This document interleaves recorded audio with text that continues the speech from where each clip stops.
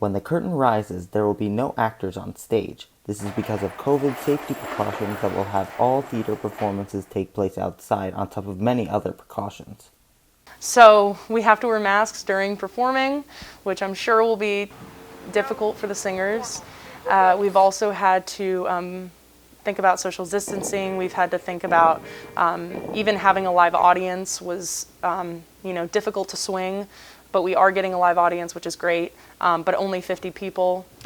With all the changes to the typical theater program, none were as big as the decision for this year's performance to be an original musical made by the alumnus Evie Sitalingo.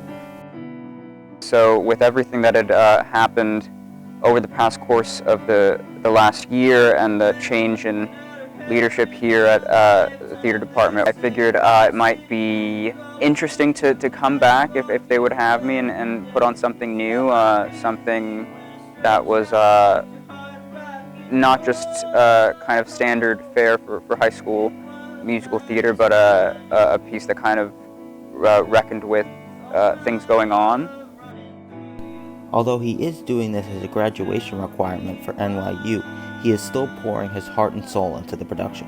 So originally Evie had come here and talked to the students and talked to people in the community, seeing their experiences with COVID, and he kind of wrapped it all up into this musical so that it would be relatable to the community and really everyone in America who's been going through this pandemic.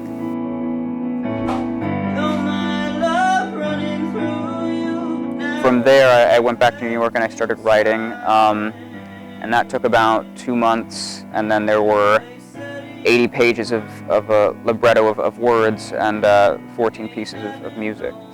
Ever since then, the cast and crew has been hard at work preparing for Saturday's opening night. Some of the biggest challenges have just been communication and finalizing what we were going to do, because it was a big issue on determining whether or not this was going to be inside or outside. But once we finally got it, just finalized that this was going to be outside, we just got to work. Today we are finishing our third house, which is our medium-sized house. This will be for the background of the set, and we are starting to paint. Part about the show is probably getting to hang out with my friends at rehearsals. And also, we haven't had a show in a while, or an actual show, so I'm really excited to have this opportunity.